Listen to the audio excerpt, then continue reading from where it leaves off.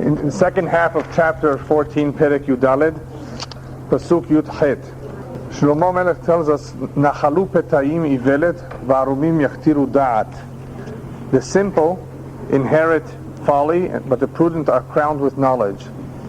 He's talking about the ultimate results. The ultimate results of one who pursues knowledge, that people will crown him. He will be admired, whereas those who are simple will inherit folly. For you to better understand what he's talking about, I'll give you an example. In the past, in the late 40s and early 50s, for those Jews who were living in South America, where there was no Torah, or not as much Torah, and there were no yeshivot, if somebody were to send away his child, his son or his daughter, to a yeshiva, to a Bet Yaakov far away in Israel and the United States, they would make fun of it. They would think it's crazy to spend so much money, to send them away, to be away for so long. But when those children will come back, and they would be so learned, they would be a source of admiration. People at first do not see the benefits of investing perhaps in a child, investing in Torah. People actually mock or made fun. And this happened with my family too, in Brazil, where my grandparents sent away my mother to study in New York. It was unheard of. It was expensive back then to send from such a faraway place.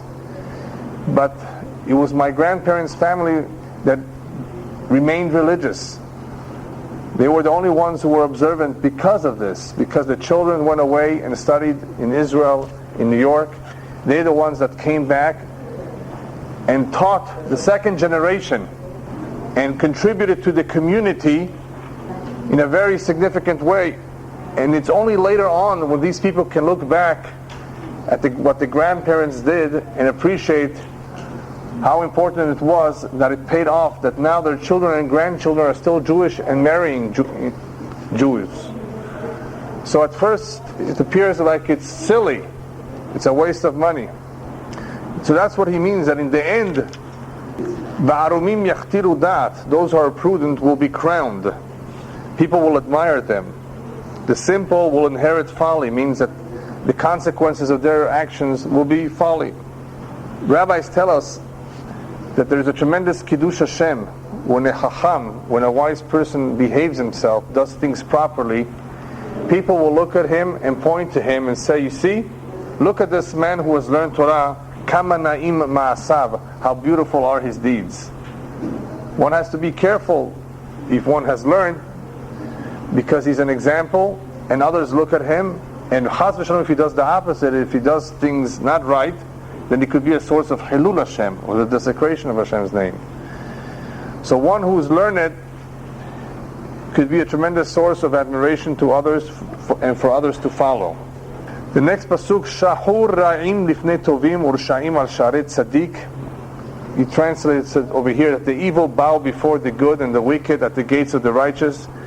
Shlomo Melech, according to most commentaries, is talking about the future, what will be in the end of days, or what it is, or what is upstairs. In other words, we just said before that it should be obvious the results of one who pursues wisdom versus one who does not. But sometimes it's not so clear and not so obvious that this is the right way to go and this is the right thing to do. So Shlomo Melech says, you know what? Not everything is so crystal clear in this world. I'm letting you know what is better and what is more important. But in case it's not clear, it will be at some point, it will be clear at the end of days, or in Olam Haba, that Shahu Ra'im Lifnei Tovim, that the evil will bow before the good, that the Rasha will bow before the Tzaddik. In other words, at some point, if not now, then later, it will become obvious, it will become clear, and at that time when Mashiach comes, it's going to be too late for those to change their ways. So some say that this pasuk is talking about the future. Gam l're'eu yisaneh rash ve'ohavei ashir rabim. This is a very powerful pasuk where he says the poor is hated even by his own neighbor. I would disagree here. The re'eu doesn't mean neighbor. The translation of re'eu means his good friend. That even a good friend who used to be a good friend to this man who is now poor may no longer be his friend. And I'll explain that in a moment. But for some reason, the rich have many friends. This man was not rich yesterday, did not have too many friends, and all of a sudden he became rich, and everybody wants to be his friend. What is he letting us know here? It's not just a fact of life, that the poor don't have friends, that the rich have many friends. There's a lot of important mesarim here, important messages over here. First of all, he says that it just happens to be that somebody who had certain friends and all of a sudden lost his fortune, those who he thought were his friends will no longer be his friend. Remember that. And a person who has a lot of money, it may just be that he will have many friends. Are those friends true friends? No. Shlomo Melech is warning the Ashir, and he's letting the Ani, the poor man, know how friendship works in this world. There's different kinds of friendships. And the rich who think that they have many, many friends, they are misled, I guess. There's another word for it. They are living in an illusion that everybody's their friends. They don't really have true friends. People want their money. This poor man who used to have friends, what happened all of a sudden to his friends? Now that he doesn't have money, they don't want to be his friends. What does that tell you? That most friends, or most people who call themselves friends, are not friends. There must be some interest involved, and that's called in Hebrew ahava shetluya v'davar. It is a love or a friendship that's based on something specific: beauty, money, interest, politics, or some reliance or some need that this individual has of the other individual, and because of this there's a connection between them. But it's a very shallow connection that you should not depend on. Why? Because Shlomo Melech says, just look at this poor man who had re'ehu. Re'ehu is not just a chaver, a yedid. Re'ehu is a very special friendship. Gam le're'ehu is saneh rash. The poor man is no longer wanted even by the one who used to be his good friend, because this man is poor now. And all these rich people who think that they have friends, they're told, look at the poor man who did have once upon a time true friends, and they're no longer his friends. So you think they're going to be with you forever? They're only going to be with you for your money. As long as you have money, they'll be with you. All of this points to that concept of ahava shetluya b'davar, batel davar batela ahava. If a love or friendship is based on something specific, but other than true friendship, then it will not last. It will only last as long as that davar is still around, that which is bringing about the connection between them. Now this point is such an important point that Shlomo Melech mentions it and emphasizes it 3 times in the book of Mishlei, using different words to describe different situations. Situation number 1, which is this one, he's letting us know that a friendship, a superficial friendship, is based on human beings going after each other for some to'elit, some benefit. Reuven will want to befriend Shimon only because he may have some benefit from him, a job, money, whatever it is. So that is the message in this pasuk, that a superficial friendship you can't count on. It's based on to'elet. Now, since the poor man has no to'elet, you can't benefit from him. Therefore, then even those who used to be his friends will drop him, because there's no to'elet. There's nothing to be gained from him anymore. The other concept that is mentioned later on in Mishlei is that a poor man, because he has to beg for money, who is he going to go get the money from? Those who are rich. So he's going to be separating himself from those who used to be close to him, who would like to be close to him, but he can't spend time with them because he's so after making money, and so much needs to knock on the doors of those who are wealthy, that he will therefore not want to have too much to do with those who can't help him. That is the second concept. Then you have the third idea that is expressed in Mishlei, and that is with the relatives of this poor man. The relatives should be the first to come to help the poor man. But those relatives who are stingy will find all sorts of excuses to explain why they don't want to help the poor man.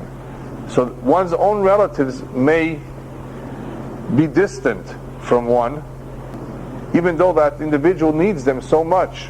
As we will see another pasuk, that sometimes there is a friend who is closer to one than one's own brother. And you may ask, how is that possible? And we're going to be learning about that later on. It's very possible that people who are friends can be closer than those who are from the same father and mother. Unfortunate or not unfortunate, I'm not sure. I mean, it should be that those who are from the same flesh should be very close, but obviously there are other factors that go into making a true friendship, other than being from the same blood. We'll eventually elaborate more about this concept. I only wanted to briefly discuss about the various types of situations where people are disappointed. You know, what happened? And they don't understand that many, many times the friendship was superficial, was shallow to begin with, and that you shouldn't have your hopes high. Because true and deep friendship is not too common. It's very rare.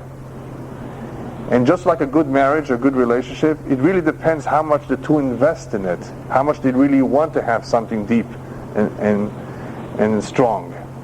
If one is not interested, then it won't help that the other one is devoted and wants it very much. The two have to want the same thing, and if they invest in the friendship, in the relationship, then they can make it very, very strong and very special. But most cases this is not so. Most people have an interest, and that interest doesn't usually last long. People who've been very close when they were young, when they were single, they got married, they got busy with their own kids and families, they don't keep in touch anymore. And it could be understandable if they only kept in touch once or twice a year. Because then one can say, well, you know, I don't have the time I used to have when I was single. But to not be in touch at all, that shows that the friendship is not there, or at least the two are not serious enough to pursue it anymore. And it's sad. And it's very sad, because to have a true friend is one of the most important assets you can ever have in your life. Next pasuk. Baz lere'eu choteh umechonen anavim ashrav. The word anavim, which means humble, is written with two yuds, but you read it with a vav, meaning poor. Poor and humble are interchangeable here. So baz lere'eu choteh. Let me see how he translates it. He who despises another individual is choteh, is a sinner. But happy is he who is kind to the humble, or to those who are poor. We were just talking about a poor man. So it's very easy and very much seen and common that people would make a fool or make fun of those who are umlalim, those who are very weak and have no help. It's very easy to look down at them. So Shlomo Melech says, just remember, just because you have more money than the other individual, don't make fun of him, don't look down on him, because you are a choteh, you are a sinner. Umechonen anavim ashrav. And whoever looks after, who is kind to the humble, ashrav, he's fortunate. Commentaries explain that baz lere'eu choteh means that anybody who accuses others of some fault that they have, he himself may have that fault. He himself is a sinner if he accuses others of being sinners. And rabbis also tell us that whoever has many sins, it's part of his nature to look down at others and to accuse them of sinning. Others say that the meaning of this pasuk is, there are some individuals who, if they observe a certain good deed in another individual, they have to find something that's incomplete about it, something wrong about it. They have to criticize something about it. They can never say something good about it. They have to point out, but this is not right, or this should be done differently. And what that does is that it discourages them from continuing to do whatever it is, that good thing that they were doing. On the other hand, there are other individuals who will always elevate and praise any good act. Now this is an important lesson in relating to children. You see a child that comes home with a B plus or an A minus. You can have the parent who says, you could have done better than that. Why didn't you get an A? And by saying it in that way, one can be pouring cold water on the child and discouraging him from trying to do better next time, or from continuing to be serious about his studies. You have that other parent who doesn't look for flaws, for mistakes, for anything that's negative, who just emphasizes the positive. That's great. You make me so happy. I always knew that you were smart and you were serious. See, you didn't have to point out. Now let's say it was not so great. You can also find the right words. This is good, but I know you could do better. One has to be careful with how he or she expresses themselves with a child, and even with an adult. You can either encourage the man or the woman to continue to do whatever good thing they were doing, or you can completely discourage them by pointing out what is not right or what is lacking. So mechonen anavim, mechonen is the individual who actually praises and brings out the good and doesn't point out the faults or the weaknesses. All right, there's actually a Gemara, you may have heard of it, that says that anoten pruta le'ani, whoever gives money to a poor man gets six blessings.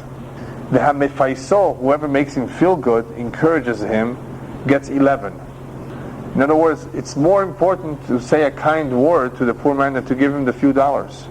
He's heartbroken, and he needs the money too, but he's heartbroken. People forget about that part. They think, okay, he needs the money, here's some money.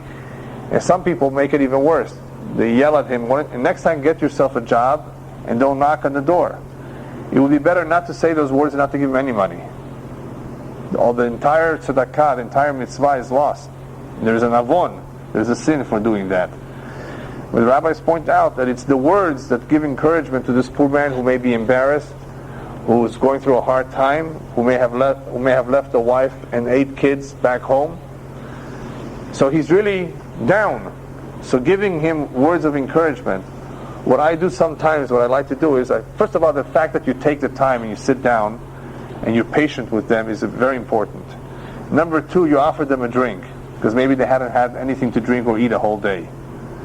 Number 3, you tell them, listen, B'ezrat Hashem, one of these days, you'll be helping others instead of asking for help from others. Those words that are very easy to say, and these words can make a big difference. A lot of poor people, I felt that I was able to help them much more with the words than with a little bit of money. That's the idea behind the word mechonen. Mechonen means not only to look after, but to empathize with the poor man in helping him in any way possible, not only with money but with words. Next pasuk, halo yit'u chorshe ra b'chesed ve'emet chorshe tov. So he puts it here as a question. Do not those who plan evil go astray, but those who plan good shall enjoy loyalty and truth. Who goes astray? Those who are chorshe ra. Chorshe ra really means those who think or plot to do bad or evil. B'chesed ve'emet chorshe tov. But those who plan good should enjoy loyalty and truth. The commentaries explain, what does it mean, chorshe ra? Those who think bad. There are those people who think bad about a poor man because of his situation, and they blame him that he must have done something wrong to deserve this punishment from Hashem. Anybody who thinks that way, he's yit'o. He's being misled, because he's basically saying he understands what Hashem did, what Hashem's hashbonot is with this individual. This man is suffering, this man is ill, this man has lost his money because he did some terrible avon. One should not think that way. We don't understand the ways of Hashem, and we should definitely not think bad of the poor man just because of his situation.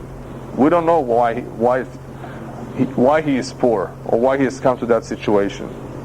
On the contrary, those who look after the poor man, who think of helping him out, Horshetov, they think of good things, what to do with him, they are the ones that will receive Chesed ve'emet. What's the difference between Chesed and Emet? Chesed means kindness, Emet means truth. Chesed is more powerful than Emet, because truth means that you do what is right and what is necessary, that is to help the man. Chesed means you do that which is you're not obligated to do, but you do it anyway. So the commentators explain, midah keneged midah. If one is kind, if one does what he needs to do with those who need the help, then HaKadosh Baruch Hu will be kind with him as well. So instead of thinking negatively about a person, you have the opportunity to do the opposite. Perhaps there's something that I can do for you, that I can help you. Now sometimes we can't help someone that much because we may not have money ourselves. It happens. But if we are Horshei Tov, if we have good thoughts and good intentions, you know what may come to your mind? Okay, I can't help you with money, but here is an address of a man who may help you. Horshei Tov. If you are looking out for the good, for the benefit of this poor man, then some idea may come to your mind. Chesed ve'emet, to be kind, to be truthful, and in return Hashem will be kind with you. B'chol etzev yiyeh motar udvar sefatayim ach lemachzor. In all labor there is profit, but the talk of the lips tends only to penury, whatever that means. In simple English, b'chol etzev, in any work, any labor, any toil, there's some gain. Regardless of what one does for a living, the fact that he's working, applying himself, he will have some satisfaction, he will have some gain, other than money. Udvar sefatayim ach lemachzor, those who only offer lip service, they don't work, they just talk, that will be lemachzor. Lemachzor means, he calls it penury. I have to look it up. But machzor means lacking. In other words, it will be a waste of time. As the commentaries tell us, there's a saying, Tiyeh chacham b'ma'asecha velo b'diburecha. Be a wise man with your acts, not with your words. Or as they say in English, actions speak louder than words, something like that. That's what he says over here. In other words, regardless of what you do, but you're doing something, dvar sefatayim, but just talking about it doesn't get you anywhere. That's one interpretation. Another interpretation is that we're talking about learning. Those who make an effort to study Torah, they work hard, they review their learning, there will be a motar, there will be a gain. They will remember what they learned. Those that just review it with the lips, they don't really work hard on it, then lemachzor, they will eventually forget it. And the rabbis tell this to us in many ways, that it's important to work hard to learn, even if it means staying up many hours, even if it means asking those who know better any questions that we may have, any doubts, because in this way one acquires the Torah. If one, imagine, comes home, let me give you an example of one who does it with his lips. He takes it easy. He comes home, he has what is it called? Those chairs that rock. Rocking chair? There's another word for it. I know lazy something. I knew it had to do with lazy. Lazy boy, yeah. It's for the lazy people. Exactly. Imagine somebody coming home and sitting down on one of those lazy chairs with a Cuban cigar, or with some chewing gum, whatever you like, or with some Persian tea, whatever you like, and with a Gemara on the other hand, with your feet crossed. What's the first thing that's going to happen? Moshe, what happens at 9 o'clock in the evening after a hard, long day? You fall asleep. You fall asleep. You won't be able to learn anything like that. It's impossible. To learn Torah requires yegi'ah. It requires hard work. It requires getting up, coming to a shiur, and even those that come, they fall asleep too. It's very hard. My uncle, Alav Shalom, my father's father, I was told that he would, in his earlier years, he would be always standing on a stender to learn, not sitting down, so you should not fall asleep. This is at 1 or 2 o'clock in the morning, And when he felt he was going to fall asleep, he had a bucket of cold water where he would put his feet inside of it. That's called yegi'ah. That is why he became a tremendous big Talmid Chacham. He knew many Gemarot by heart. And he barely ate, and whatever he ate, it was very little. He obviously emphasized Torah, he toiled. That's called yegi'ah. Whereas dvar sefatayim achre machzor, just lips, just repeating the words, just saying it with, not working hard, nothing really is gained so much. On the contrary, whatever we did learn once upon a time is lost or forgotten. Alright, next pasuk. Ateret chachamim oshram ivelet kesilim ivelet. The crown of the wise is their riches, but the foolishness of fools is folly. Alright, this doesn't tell us too much. The commentators explain that the crown of chachamim is their wealth. Give wealth to the chachamim, they'll know what to do with the money. That's one pirush. Because ivelet kesilim ivelet, the fools, all they know is foolishness. In other words, you give them the money, it will not make them any smarter. A fool remains a fool even if you give him money. So who should get the money? The chachamim. It doesn't always work like that. For some reason, there are a lot of fools who have good mazal. But aside from the mazal, Shlomo Melech is telling us that it would obviously be a good thing if the chachamim could get their hands on money, or at least they should be consulted what to do with the money, because they know what to do with the money. That's one interpretation. Another interpretation is that the chachamim, if they are wealthy, they have more influence. People would listen to them more. And the third interpretation is that it would be good for a chacham to have money, because in this way he doesn't have to flatter the rich. He doesn't have to look up to those who have the money. He can do things on his own. He's independent of them. And therefore he can accomplish a lot more. And that is why the Chachamim encouraged one to have some sort of profession and to be as much as possible self-sufficient and independent and not have to rely on others. And they even tell us, do anything. Even sell hides in the street, for little money, but don't come on to people. Don't come on to people for favors. Don't come on to people to ask them for money. Be as much as possible independent and don't rely on others, if possible. Because in that way, if we're talking about a chacham, the chacham would have more influence. He would exert a lot more influence if he does not depend on somebody who has to pay his salary. He doesn't have to be afraid what to say.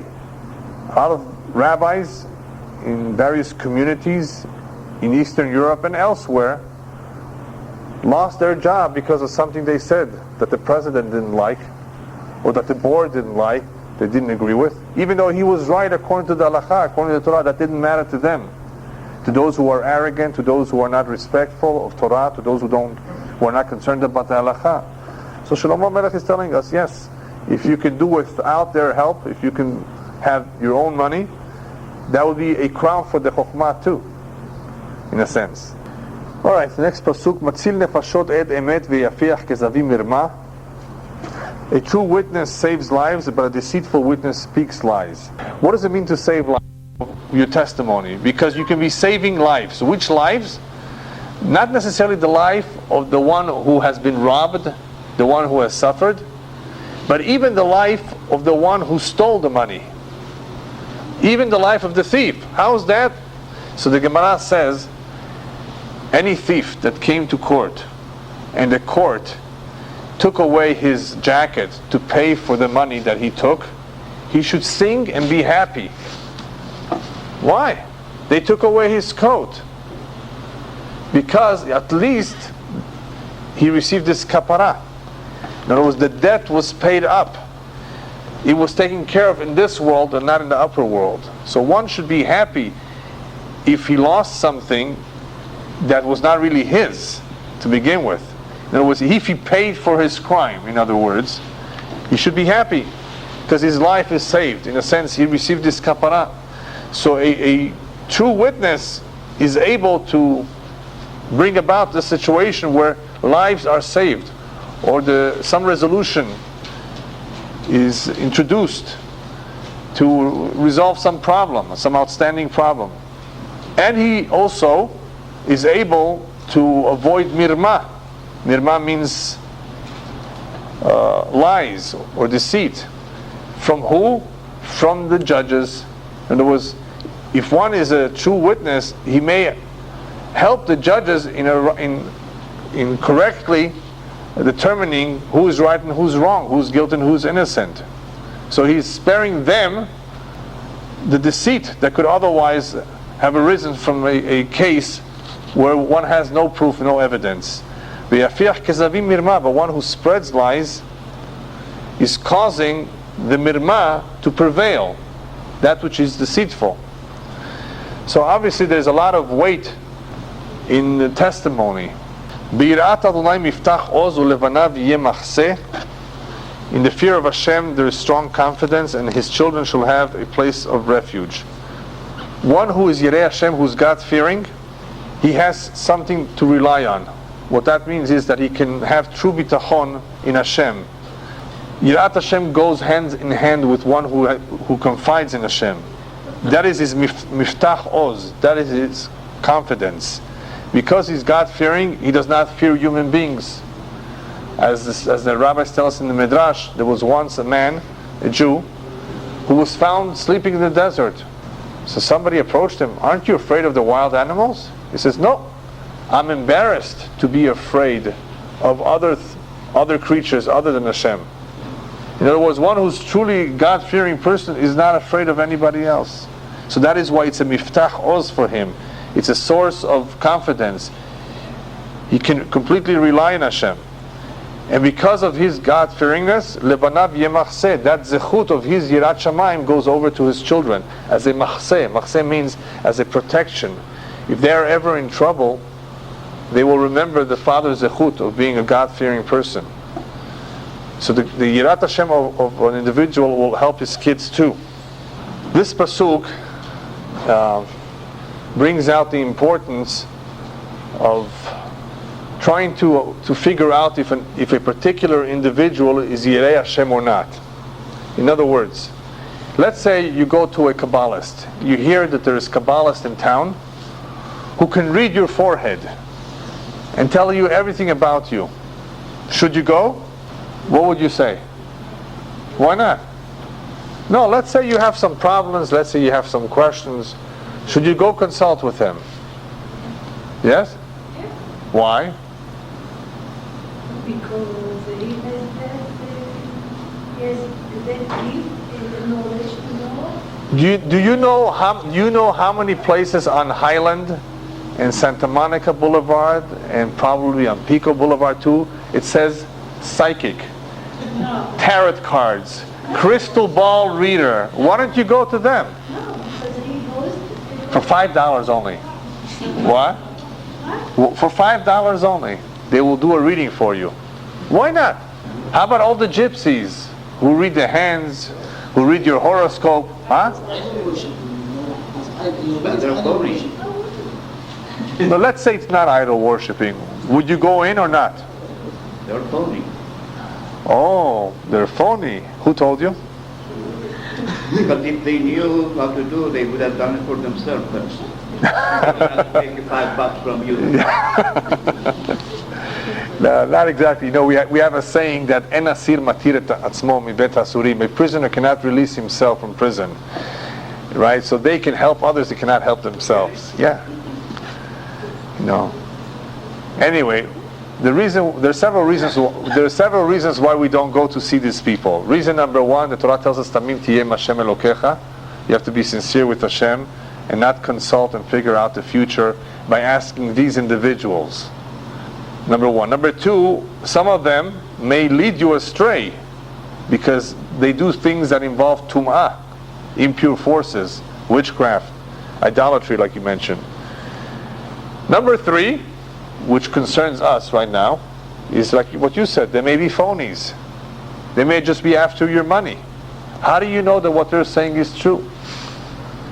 A lot of mekubalim are mekablim. All they want is not horoscope too. What? Horoscope. Yeah. What about horoscope? A lot of things are true with the horoscope. president, the wife of the president, she's... Of course, a lot of it is true. Yeah. Yeah, a lot of it is true. It all depends what we're talking about. There's a lot of things that are true. I didn't say it's all phony. I said some could be phony, some could be true. The Torah would not forbid certain things unless it was true. The Torah would tell you it's all silly. A lot of things are true. There's a lot of psychics who can tell a lot of things about you. But should you consult with them? That's a whole different question. See what I mean? But I don't want to talk right now about those who are real. I want to talk about those who are phony. Because that's what this pasuk is about. Yirat Hashem. There's a lot of people out there who are not mekubalim, they're mekabelim. They want to take your money. So they write the card. They have a business card where they say everything about themselves. Perhaps they read the mezuzot, they write kemi'ot, they take care of ayn hara, they remove witchcraft, and they give blessings too. Anytime somebody publicizes himself with a business card and charges money, it's suspicious. He probably doesn't know what he's talking about. Maybe he picked up a book somewhere and read a little bit about these subjects. How do you know who to go to? How do you know who to rely on? Who to ask? It has to be somebody who is Yirat Hashem, who has the fear of heaven. How do you know if somebody has the fear of heaven if you don't know him for several years? You have to ask others who know him. In other words, if an individual has a good reputation, Baduku Menuseh, that Baduku Menuseh means that he has been tested by others to be accurate in his diagnosis. And number 3, he doesn't charge an exaggerated amount of money. Then it could be that he knows what he's talking about. But money, anytime a person puts an emphasis on, I'm going to charge for this $250 for this blessed water. Then you give him back the water. Bring him another bottle of water from your faucet and tell him you'll give this for free. You know, don't fall for that. Don't fall for that. So Biyirat Hashem Yiftach Oz, who can we rely on? Who can we have confidence on? Only one that has Yirat Shamayim, who has a good reputation, who is Baduku Menuseh, that he's been tested by others, and we see that he's reliable, and there's no money involved. Once money is involved, like in some places where they're teaching Kabbalah, a lot of money is involved. It's a business. Well, then it becomes suspicious. I'm not saying it's bad. Maybe there's some good there, but it becomes suspicious that maybe it's not real. Maybe it's not perfect. Maybe it's not as good because there's so much business involved. Yes? I'm confused. Go to these people for what? To tell, so they can tell you your destiny? Isn't that kind of interesting? No.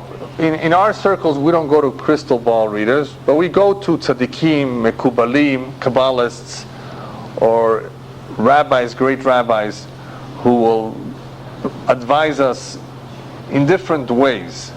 Now, there are rabbis who, of course, don't do anything except for advising you based on their knowledge and their experience. There are others who seem to have some koach, some gift from Hashem, who by looking at certain things, they can tell. That's a possibility. As long as they are reputable, they have Yirat Shamayim, and they're not suspicious. But a lot of people fall for it. Because, they see a guy who has a long beard with a glima, with a long coat, with a turban over his head. They think, he must know something that I don't know. So you have to be careful with these. There's a lot of phony people, like you said. A lot of phony people. Liars, cheaters. All they want is your money. So Yirat Hashem is the foundation of everything. That leads to the next pasuk. Yirat Adonai mikor chaim, lasur mimokshe mavet. That the Yirat Hashem is a fountain of life to depart from the traps of death. What that means is that only once an individual has reached the level of being a true God-fearing person can he be spared from any of the traps. Who lays the traps? The Yetzer Hara. The Yetzer Hara does constant battle with us, and we always have to defeat him. And we all have our ups and downs in this battle because we're not always strong.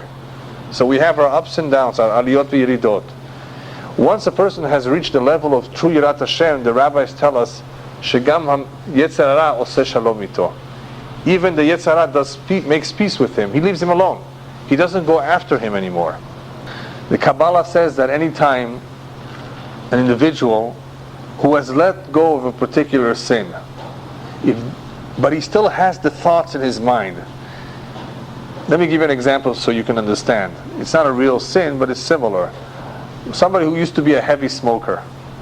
What's a heavy smoker? 3 packs a day. Right? And he stopped completely. But whenever he smells a good cigarette, he just has this tava, this heshek, he would like to have one too. What does that tell us? That it's not completely out of his system. It's still in the mind, or somehow in his body, he would still love to do it. But that's with cigarettes. Imagine if somebody still has a desire for certain things, but he holds himself back because he did teshuvah. So the Kabbalah says that his teshuvah is not yet 100%. Because if he still has the thoughts that invade his mind regularly, if it's regularly, that means that it's still bothering him. Which means that the Yetzer is still after him. Which means that he still has to do battle with the Yetzer. Once an individual reaches the level of Yirat Hashem, Lasur mi mokshe mavet, that will help him stay away from the traps of death.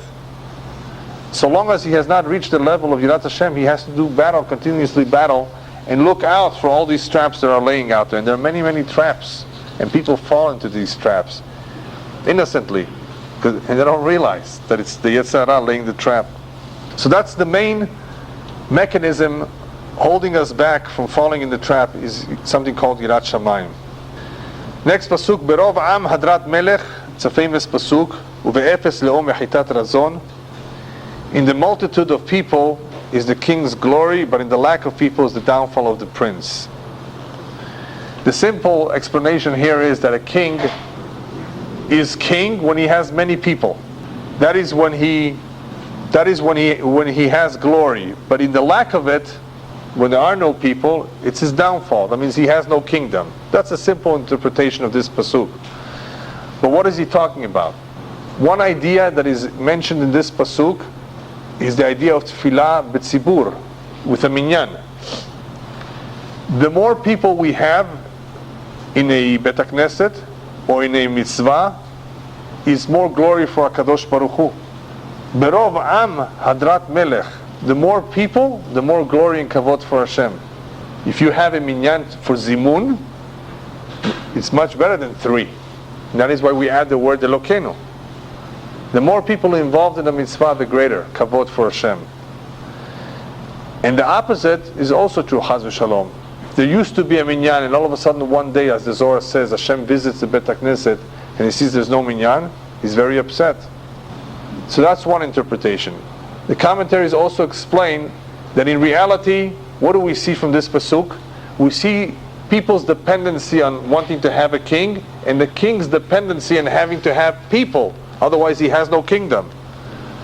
There's a certain dependency that people have with the king, and the king has a certain dependency in having people. So therefore, the rabbis tell us that is the reason why HaKadosh Baruch Hu did not want the Jewish people to have a king who is basar v'dam, a human king, flesh and blood, because Hashem did not want that they should depend on a human being.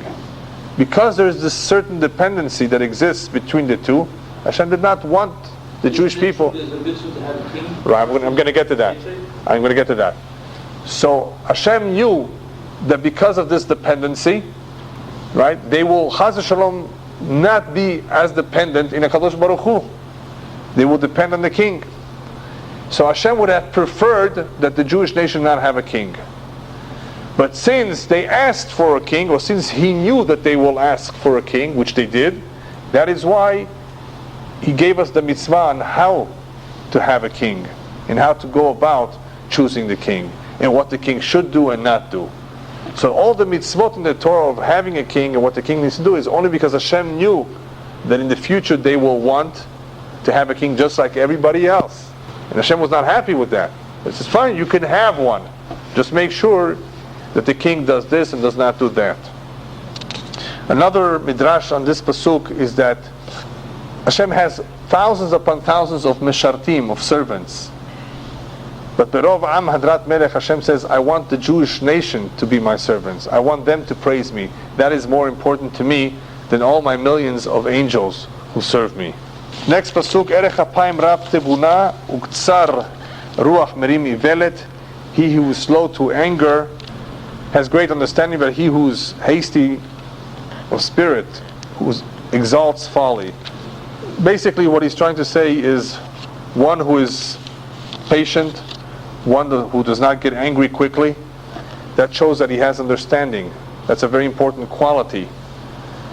Whereas one who's ktsar ruach merimi velet, one who is impulsive, who does not control himself, when we're talking about anger over here, merimi velet, he demonstrates or exalts folly. That is what he's showing about himself. It's always correct, and the smart thing to do is to absorb what you're hearing or what you're seeing before reacting to it. And even if one is upset and you could easily show that anger, it's best to hold it back.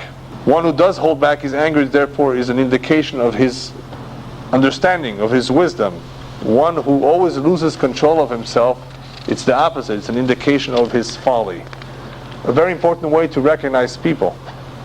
We're not talking about those individuals who just get upset very quickly. We're talking just in general terms that in certain situations you can tell how smart a person is if he holds himself back and controls his anger or not. Next pasuk, Chaye besarim lev marpe urkav atzamot kin'ah. Here he translates it, a sound heart is the life of the flesh, but envy is the rottenness of the bones. Chaye besarim lev marpe, the commentaries explain, means that those who have a soft heart, those who are patient, they will have Chaye besarim. Their life is an easy life, a good life. They are able through their soft and gentle heart to quiet or to calm those who are angry, and they are able to quiet and calm themselves. So a lev marpe, a soft heart, a patient heart, not only does good to himself, but does good to others. There are certain personalities, and when I talk about astrology, I mention this, that there are certain personalities who somehow, in their words and in their attitude and approach, are excellent in dealing with those who are mentally, what's the word for it, mentally disturbed. There are individuals who are mentally disturbed or very, very nervous, extremely nervous people. There are certain personalities that as soon as they talk and begin to deal with them, they quiet down. Whereas others, they get even more anxious and more nervous. There's something in certain personalities that quiets down others. Anybody who has that personality should be a nurse or perhaps to work with these people. Not everybody can be a social worker. It takes a lev marpe, a soft heart, a patient heart, one who does not take things to heart, one who's not overly sensitive. That's what a lev marpe means. It's interesting, marpe also means to heal. It's a soft, easygoing heart that is able to be calm themselves. It has a chaye besarim. It has an easy life. It is not jealous. It is not upset. It has no worries. Whereas the opposite, urkav atzamot kin'ah, one who is not at peace with themselves, one who is jealous of others, he has continuous worries, continuous problems, never has peace of mind. Look at the difference between one who is a lev marpe, gentle and patient. Not only is he helpful to others who are upset, anxious, nervous, he has chaye besarim, which according to one interpretation means an easier life, a life free of worries. And definitely he's not jealous, definitely he's not thinking of how to take revenge, how to get back at someone. He has no worries. Something that obviously some people have and some people need to develop. Yes? You see, sometimes the character is very bad. Right. But this is this attraction is in voice, in his voice. Well, the voice, Yeah, the voice helps too, but it has to be a combination of personality, because words that come out of the heart penetrate the heart, if it's really sincere. Okay, let's finish up here a few more pesukim. Moshek dal heref oseu mechabedo chonen evyon.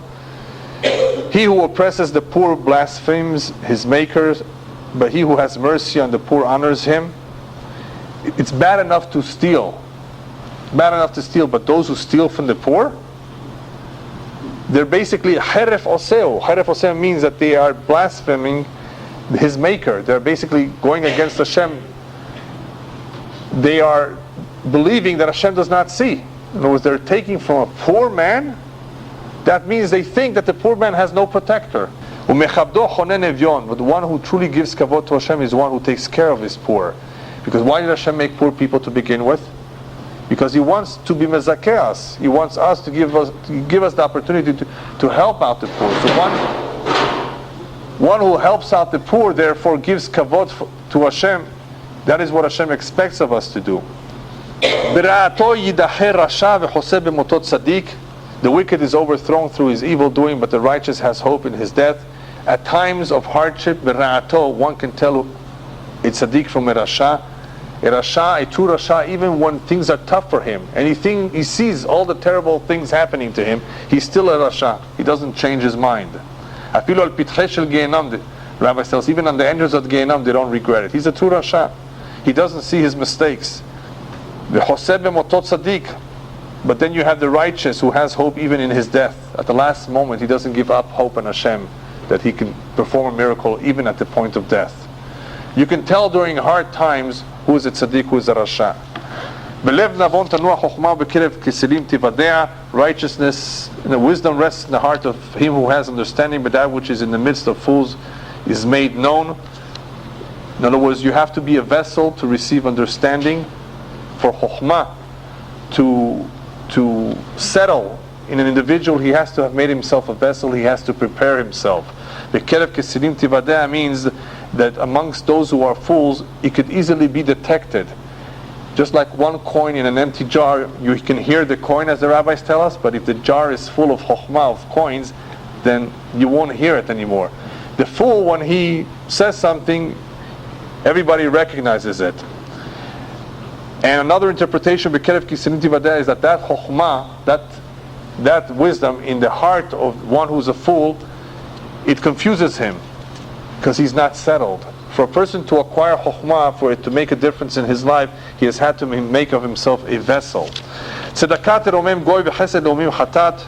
Very important pasuk. Righteousness exalts a nation, but sin is a reproach to any people. If a nation does tzedakah, it elevates them. It's a tremendous merit for that nation, and because it's a merit to those who do this mitzvah, it's a chesed leomim chatat. It is, unfortunately, it doesn't look good on the Jewish people if we're not doing it, if they are. That's one interpretation. Another interpretation is that tzedakah is a tremendous mitzvah for Am Yisrael. Teromem goy means it elevates the Jewish nation. The chesed leomim chatat, when the nations of the world do tzedakah or chesed, they do it for some interest, not l'shem shamayim. They take from one, they steal from one to give to another, like Robin Hood. Chesed leomim chatat, the commentaries explain that their entire interest that nations have in doing charity is because of not l'shem shamayim. It is in order for them to have more influence over those people. It is not l'shem shamayim like Am Yisrael does. Ratzon melech le'evet maskil ve'evratot yeh mevish. The king's favor is turned towards the wise servant, but his wrath is against him who causes shame. That's the last pasuk of the perek, meaning that a king approves of a servant who is intelligent. He likes him, even if he sinned against him. But because he's intelligent, he knows that this man will correct his wrongs, will do teshuvah. And therefore, king's favor is turned towards a wise servant. Whereas the other individual, the one who is a mevish, who brings embarrassment, evratot yeh mevish, his wrath is always against him who causes shame. Melech over here is a melech basar v'dam, a mortal king, but this can also be applied to HaKadosh Baruch Hu. that HaKadosh Baruch Hu loves those who have some intelligence, that they realize on their own that they have done something against Him, and the first opportunity they have to do teshuvah, they grab on it, because they want to be on Hashem's good term. And since we're before Rosh Hashanah, I think this is a very proper thing to contemplate on, that Baruch Hashem, those of us who have a little bit of understanding and intelligence realize that Kadosh Baruch Hu has been so good and so kind to us, that we owe Him so much. These kind of sentiments and thoughts is what triggers thoughts of teshuvah as well.